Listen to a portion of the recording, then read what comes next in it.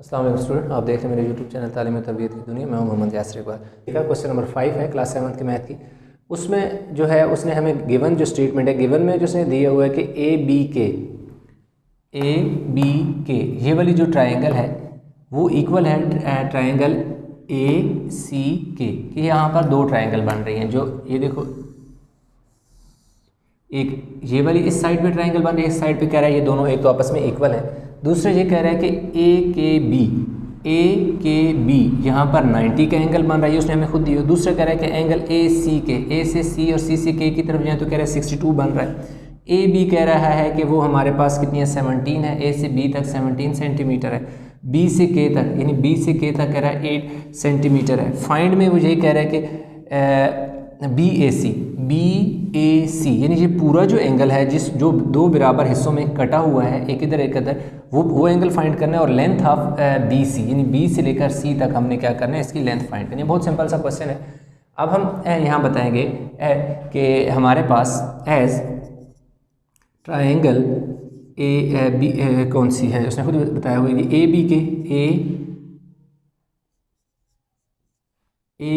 के कंग्रेट है triangle A सी के ट्राइंगल ए सी के। सो क्या होगा, एंगल जो एंगल ए सी के वो इक्वल होगा एंगल ए बी के एंगल ए बी के और ये दोनों एंगल 62 डिग्री की इक्वल होंगे। क्यों इक्वल होंगे आगे आपने बता देना। कोरेस्पोंडिंग एंगल्स ऑफ ट्राइंगल के कोरिस्पोंडिंग एंगल हैं कंग्रेट ट्राइंगल के, कि अगर ट्राइंगल इक्वल हैं तो इसके हाइपोटेन्यूज और बेस के साथ जो एंगल बन रहा है इधर हाइपोटेन्यूज और बेस वाले एंगल के इक्वल होगा, इसलिए यहाँ पर एंगल बनेगा जी 62 डिग्री। अब हम ऐसा करते हैं कि ये वाला एंगल फाइंड कर लेते हैं। अब ये वाला एंगल आप कैसे फाइंड करेंगे, बहुत सिंपल से आता है कि आप लिखेंगे इन ट्राइंगल ए बी के, कि ये वाली ए से बी और बी से के की तरफ जाएं तो ये जो ट्राइंगल एक अलग से बन रही है, हम इसको सॉल्व कर रहे हैं। तो उसमें हमारे पास एंगल ए जो है, एंगल ए कौन सा एंगल ए हमारे पास आ जाएगा जी, आप बी एंगल बी ए के जो है वो इक्वल आ जाएगा 180 माइनस 90 प्लस 62 यानी कि 90 डिग्री। टोटल जो सम ऑफ इंटीरियर एंगल, वो एक ट्राइंगल है तो इसके अंदर जो तीन एंगल है 1 2 3, इन तीनों एंगल का जो सम होता है वो किसकी इक्वल होता है, 180 की इक्वल होता है।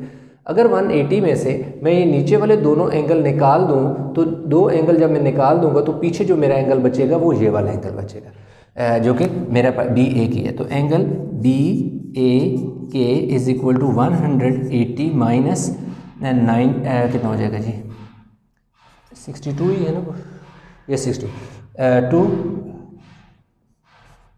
152 आ जाएगा। अब 152 जब 180 में से आप क्या करो, 180 में से 152 को सब्ट्रैक्ट करो तो कितना बचता है जी, 28 डिग्री। तो मेरे पास कितना आ जाएगा जी, एंगल बी ए के इज इक्वल टू 28 डिग्री। ठीक है, अब ये कितना आ गया जी, 28 डिग्री है। अब क्योंकि ये ट्राइंगल आपस में इक्वल हैं तो इसका मतलब है कि जो ए बी सी है ये एक बड़ी ट्राइंगल है जिसको दो बराबर हिस्सों में काट दिया गया। जो ए बी सी एक ट्राइंगल है उसको दो बराबर हिस्सों में काटा है, तो जितना एंगल इस तरफ बनेगा ये वाला एंगल भी इतना ही बनेगा। मैं इस नीचे लिख भी देता हूँ कि एंगल बी ए के वो इक्वल होगा एंगल सी ए के और दोनों किसके इक्वल आ जाएंगे, 28 डिग्री के। और इसके आगे रीज़न क्या है, को बिल्कुल यही रीज़न हम लिख देंगे, corresponding angles of congruent triangle, कि ट्राइंगल कंग्रुएंट हैं इसलिए इनके एंगल 28, ये दोनों 28, ये वाला भी कितना हो जाएगा, 28 डिग्री हो जाएगा। तो उसने हमसे ये दोनों नहीं पूछे बल्कि उसने क्या पूछा हुआ है, एंगल BAC तो हमारे पास जो एंगल आ जाएगा, angle BAC is equal to 28 degree plus 28 degree, बल्कि आप इसको इस तरह लिख लो, ये वाले दोनों एंगल बी एंगल का निशान BA के प्लस एंगल का निशान डालें यहाँ CA के, BAK और फिर CAK दोनों के सम के इक्वल होगा। दोनों जो है वो 28 डिग्री के इक्वल हैं, इसलिए जो हमारे पास एंगल आ जाएगा BAC वो आ जाएगा 56 डिग्री के। ठीक है, तो हमारे पास जो एंगल आ गया वो आ गया जी 56 डिग्री के आ गए। अब ये वाली साइड इसके आगे बेशक अब मैं यहाँ लिख देता हूँ 56 डिग्री। तो ये वाली साइड मैंने ये चीज़ मैंने फाइंड कर ली। दूसरी क्या है, लेंथ ऑफ BC।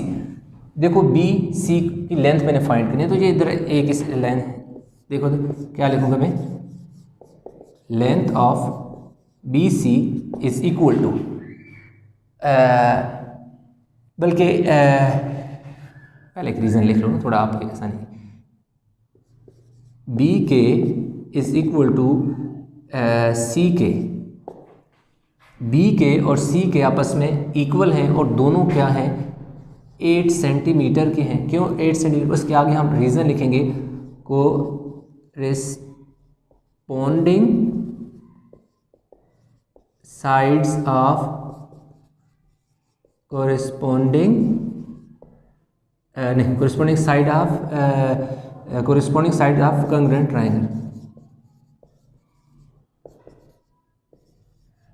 कि ये दोनों 8 सेंटीमीटर के हैं। और क्यों इक्वल हैं, क्योंकि कोरिस्पोंडिंग साइड है, यानी बेस की इक्वल है, क्योंकि ट्रायंगल आपस में इक्वल है तो उनकी जो बेस है आपस में इक्वल होगा। अगर ये 8 सेंटीमीटर है तो ये भी क्या हो जाएगी, 8 सेंटीमीटर ही होगी, क्योंकि ये वाली ट्रायंगल और ये वाली ट्रायंगल आपस में इक्वल है। तो इस तरह लेंथ ऑफ जो हमारे पास आ जाएगी, लेंथ ऑफ BC वो किसकी इक्वल आ जाएगी, 8 प्लस 8, देखो 8 centimetre plus 8 centimetre is equal to 16 centimetre.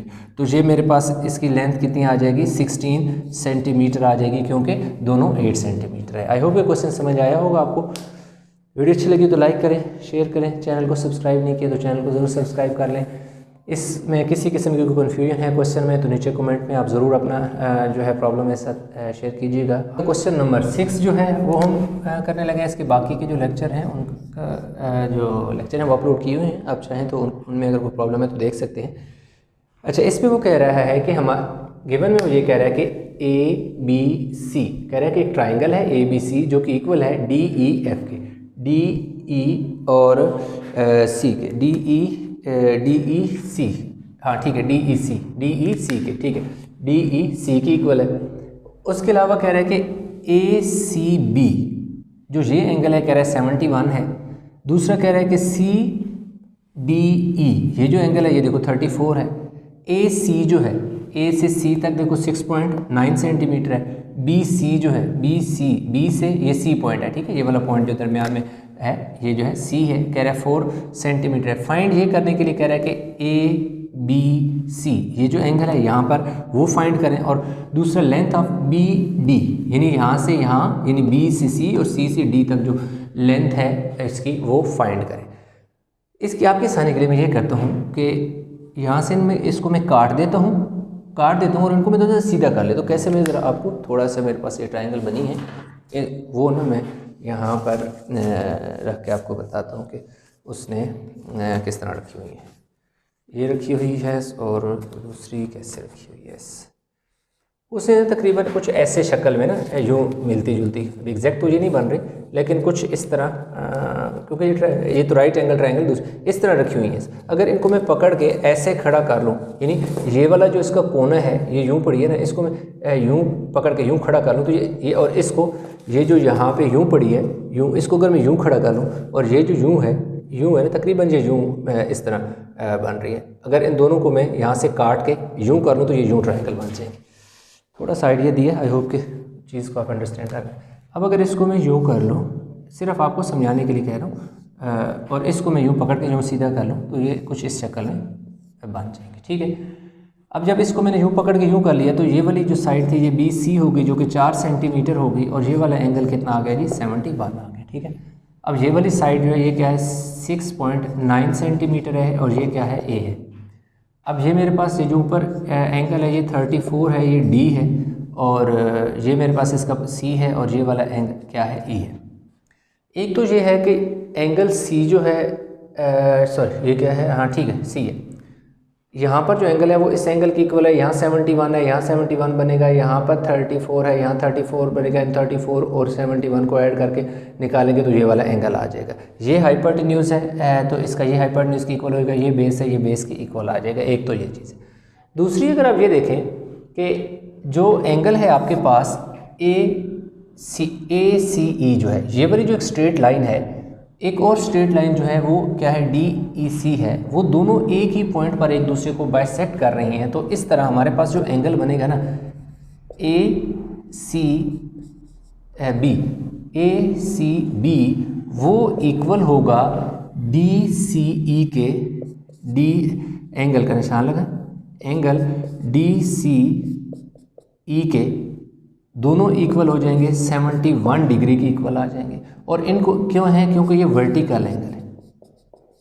Vertical angle आप एक तो इस तरह एंगल वर्टिकल एंगल का ये मतलब है कि एक ये स्ट्रेट लाइन है, एक ये स्ट्रेट लाइन है।